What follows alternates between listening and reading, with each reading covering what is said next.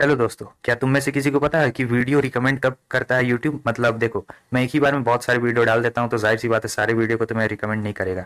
तो 30-40 मिनट का गैप में डालना ज़्यादा बेहतर रहता है या फिर एक एक घंटे का गैप में डालना ज़्यादा बेहतर रहता है? अगर तुम में से किसी को पता है तो कमेंट करके ज़रूर बता देना, ताकि थोड़ा सा चैनल और ऊपर जाए और हम लोग का 37 के सब्सक्राइबर्स तो कम से कम कंप्लीट हो जाए इस मंथ के एंड तक। बता देना ज़रूर। तो चलिए शुरू करते हैं अब।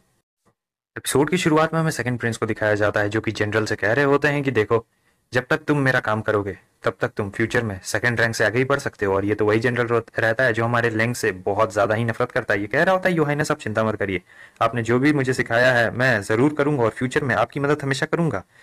प्रिंस कह रहा होता है, ठीक है, वैसे मैं चाहता हूँ कि तुम उस लेंग नाम के बंदे का कुछ करो और मुझे उम्मीद है कि तुम बिना किसी गलती के उस काम को पूरा कर दोगे। उसका नाम सुनते हैं तो इसके चेहरे पर खुशी आ जाती है और कह रहा होता है, ये काम तो यूं ही ऐसे चुटकी बजाते पूरा हो जाएगा। सीन चेंज होता है, हमें मिलिट्री कैंप को दिखाया जाता है जहां पर वो जनरल आ चुका रहता है। अब ये जनरल नहीं, लेफ्टिनेंट बन चुका है, लेकिन हम लोग जनरल ही बुलाएंगे। वो कहता है, तुम लोग। और वो हमारे यन को कह रहा होता है कि तुम्हें क्या लगता है कि तुम बहुत महान हो, तुम थर्ड रैंक जनरल में प्रमोट हो चुके हो, इसका मतलब ये क्या तुम बहुत बड़े बनते हो? लेफ्टिनेंट कह रही होती कि जनरल, आखिर आप कैसे बात कर रहे हैं? अभी आप दोनों इक्वल रैंक पे है तो आप कम से कम अपने कलीग से ऐसे तो मत बोलिए। वो कह रहा होता है, हाँ क्या मैं और सेम रैंक, ये मेरे रैंक पे कभी आ ही नहीं सकता है, आखिर ये है कौन? फिर वो अपना टोकन दिखाता है और कह रहा होता है, क्या तुम लोग देख सकते हो साफ साफ आखिर मैं किस रैंक पर आ चुका हूँ? लेफ्टिनेंट कह रहे होते, क्या सेकंड रैंक पे? तुम सेकंड रैंक पे आ गए हो? ये कह रहा होता है कि हाँ, जैसा कि तुम साफ साफ देख सकते हो और मैं भी तुम दोनों के रैंक के इतना ही बराबर हूँ।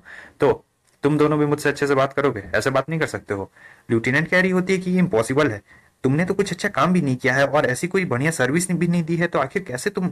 ये कह रहा होता है कि प्रिंस को सारी बातों के बारे में पता चल गया है, उस आइलैंड वाले मिशन के बारे में, तो उन्होंने मुझे प्रमोट कर दिया लेंग शियाओटियान। जैसा कि तुम साफ साफ देख सकते हो कि मैं तुमसे रैंक में ऊपर हूँ। क्या तुम अभी मुझसे लड़ना चाहते हो? तुम्हें क्या लगता है कि तुम्हारा स्टेटस मेरे मेरे जितना बड़ा है? बिल्कुल भी नहीं, तुम मुझसे नीचे ही थे और नीचे ही रहोगे। तो इसमें मैं क्या कर सकता हूँ? और आखिर इन सभी चीज़ों का मुझसे क्या लेना देना है? ये कहने लगता है कि तुम्हारी इतनी हिम्मत, मुझसे इस टोन में बात करते हो? मैं तुम्हारा अब सीनियर बन चुका हूँ और लेफ्टिनेंट बोल रहा मुझसे। और वैसे भी तुम्हें क्या लगता है, बिना मेरे कंट्रीब्यूशन के क्या तुम्हारे पास इतनी एबिलिटी थी कि तुम पायरेट्स को भी मार सकते थे? वो तो मैंने तुम्हें बचाया है और मैंने ही तुम्हें सेकंड रैंक में प्रमोट करवाया है, ये बात भूलो मत। यैन कहता है, तो क्या अगर मैं सारे पायरेट्स को मार डालूं तो क्या मेरा रैंक और ऊपर बढ़ जाएगा? ये लेफ्टिनेंट कह रहे होते हैं उस जनरल से कि देखिए, आप बकवास की बातें मत करिए। क्या आपको पता है लॉन्गवन आइलैंड बहुत ही ज्यादा खतरनाक है और सिर्फ शायो जिन ही हैं जो आर्मी को लीड करते हैं तभी जीतते हैं। अब ये यहाँ पे बता रही होती है कि ड्यूटी शायो एक सेकंड रैंक के मिलिट्री कमांडर हैं और उनके अंडर में बहुत सारे सोल्जर्स हैं और साथ ही साथ वो हमसे भी बहुत ज़्यादा पावरफुल हैं। वो हैं ड्रैगन रैंक के थर्ड स्टेज में और बहुत ही कमाल के बंदे हैं। यहाँ पर अब इनका नया मिशन होता है पायरेट्स को मारना। हालांकि पायरेट्स को मारना इतना भी ज़्यादा आसान नहीं है, क्योंकि जो पायरेट्स है वो बहुत ही ज़्यादा खतरनाक और निर्दय होते हैं। जो लेफ्टिनेंट होते हैं वो हमें आइलैंड के पायरेट्स के बारे में बता रहे होते हैं कि वो जो सारे पायरेट्स हैं वो सभी नॉर्मल लोग तो बिल्कुल भी नहीं है। मतलब एक पायरेट अकेला 100 लोगों से निपट सकता है, क्योंकि वहाँ पायरेट्स में पूरे 3000 से 4000 मार्शल आर्टिस्ट होंगे, जिसमें से 20-30 तो ड्रैगन रैंक के मर्डरर्स होंगे। और जो मर्डरर होते हैं उनका तो पता ही है आपको कितने ज्यादा खतरनाक होते हैं। तो उन्हें बिना आर्मी के हराना बहुत ज्यादा मुश्किल होने वाला है। अगर हमें उन सारे पायरेट्स को मारना है तो उसके लिए हमें बहुत भारी तादाद में वहां पे आर्मी लेके जानी पड़ेगी। यैन कहता है, ठीक है, मैं समझ गया, अगर उन्हें मारने से मेरा रैंक ऊपर बढ़ जाएगा तो मैं ये टास्क एक्सेप्ट करूंगा। लेकिन लेफ्टिनेंट कह रही होती है, इससे कोई फर्क नहीं पड़ता, तुम टास्क एक्सेप्ट करो या फिर ना करो, क्योंकि हम लोग कभी नहीं मानने वाले हैं और तुम वहां जाओगे तो ये टाइम की बर्बादी होगी। पिछली बार लेजेंडरी जनरल लेंग वहां पर गए थे और फिर वो भी वापस नहीं आए। जब वही वापस नहीं आए तो तुम्हारे आने की गुंजाइश तो बहुत ज्यादा कम है, क्योंकि वो लेजेंडरी थे और लेजेंडरी उन्हीं को कहा जाता है जो कि बहुत ज्यादा ताकतवर होते हैं और जिन्होंने कुछ उखाड़ा हुआ हो जिंदगी में। और फिर इधर ये भी हंसने लगता है और कह रहा होता है, तुम इसे लेजेंडरी जनरल से कंपेयर कर रही हो? लगता है तुम भूल रही हो कि वो लेजेंडरी जनरल है और पहली बार वही थे जो ड्रैगन रैंक में घुस के मार्शल आर्ट के मिशन को कंप्लीट करके वापस आए थे और फिर उसके बाद वो एक अलग डेड सी में एंटर कर चुके हैं। मतलब वहां पर उन्हें एक मिशन मिला था तो वो डेड सी में एंटर किए थे। अब उसके बाद आज तक उनकी कोई इन्फॉर्मेशन ही नहीं आई है कि वो जिंदा है या फिर मर चुके हैं। हालांकि सभी लोगों ने मान लिया है कि वो मर गए, क्योंकि इतने सालों से कोई इन्फॉर्मेशन ही नहीं है।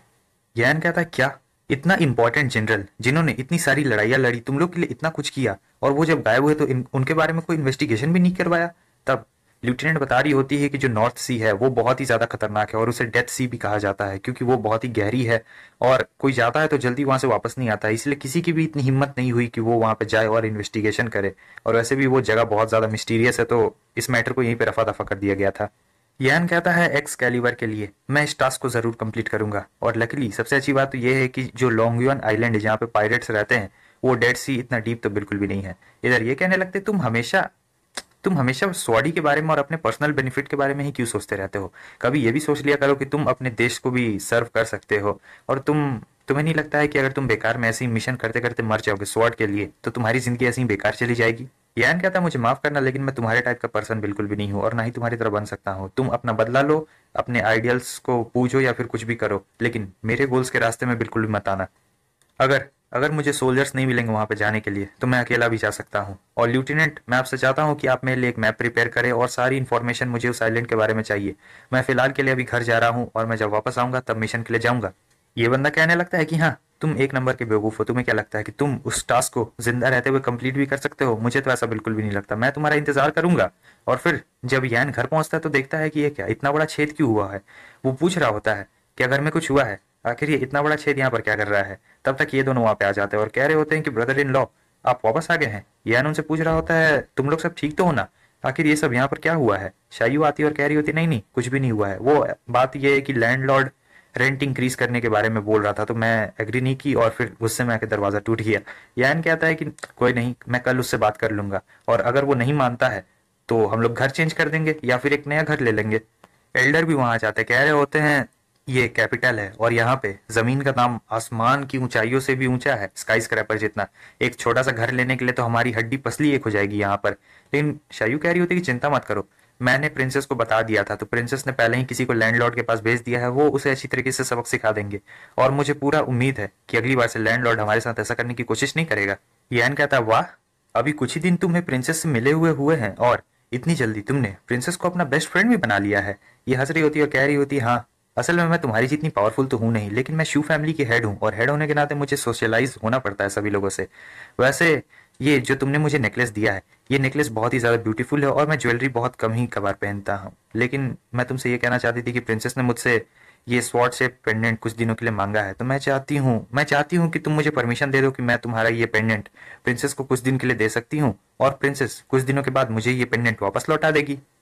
यान कहता है कि ठीक है, अगर ऐसी ही बात है तो मैं तुम्हें अपना पेंडेंट दे देता हूँ। वो अपना पेंडेंट निकाल के उसे देता है और कह रहा होता है याद रखना, ये बहुत ही ज्यादा इंपॉर्टेंट है, तो प्लीज इसे बिल्कुल भी मत खोना। अगले सीन में हमें एक और जनरल को दिखाया जाता है जो कि बहुत ही हाई लेवल पे होते हैं, लेफ्टिनेंट से भी ऊपर, और कह रहे होते हैं तो वो लेंग शियाओ ट्यान, उसने हमारी शूयर फैमिली को परेशान करने की कोशिश की है।